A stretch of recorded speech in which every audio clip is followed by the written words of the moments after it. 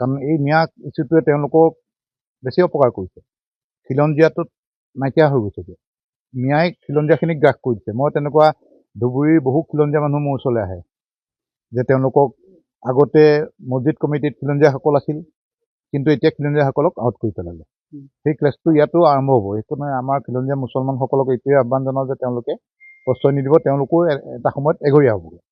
আমাৰ জোৱাই কনচেপ্টটো কি হৈছে, ক'ৰবাত মানুহ কাম কৰিবলৈ কোনোবাই আনিলে দুটা, তাতে ছোৱালী বিয়া কৰিলে, তাতে কোনোবাই মাটি অকণ দিলে, এটা চুবুৰী সৃষ্টি, তেনেকৈ চুবুৰী সৃষ্টি হ'ব। চুবুৰী হৈ পেলাই পাছত সেই জোৱাইখিনি অঙি বঙি বংশ বৃদ্ধি হৈ পেলাই তেওঁলোকে গোটেই চুবুৰীটো গ্ৰাস কৰি পেলাই, তেওঁলোক মেজৰিটি হৈছে। তেনেকৈ গৈ পেলাই কিছুমান চুবুৰীৰ ডেম'গ্ৰাফি সলনি হৈছে, তেনেকৈ গৈ গৈ গাঁৱৰ ডেম'গ্ৰাফি সলনি হৈছে, কোনোবা এটা কলনীৰ ডেম'গ্ৰাফি সলনি হৈছে।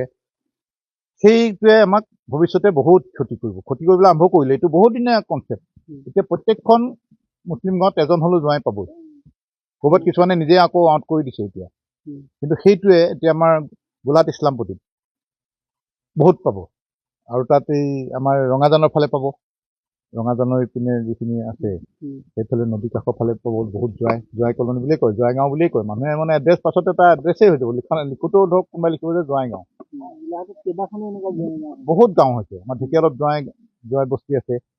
সেইকাৰণে এইটো আমাৰ এটা চৰকাৰী এটা নিয়ম লাগিব, ৰুল লাগিব। আমাৰ যিকেইখন জিলা অসমৰ এতিয়াও ডেম'গ্ৰাফি জনগাঁথনিটো সলনি হোৱা নাই, সেইখিনিক বচাবলৈ কিন্তু আমাৰ এক্সিষ্টিং যিখিনি ল আছে সেইখিনিৰ দ্বাৰা নহ'ব। কাৰণ জোৱাই হ'বলৈ কোনো কাকো বাধা দিব নোৱাৰে। মই আজি ক'ৰবাত গৈ বিয়া কৰি থাকিব পাৰোঁ, কিন্তু ইয়াৰ যে আমাৰ খিলঞ্জীয়া জনগাঁথনিটো সলনি কৰি দিছে, সেইটো কাৰণে আমি এইটোত বাধা দিব লাগিব।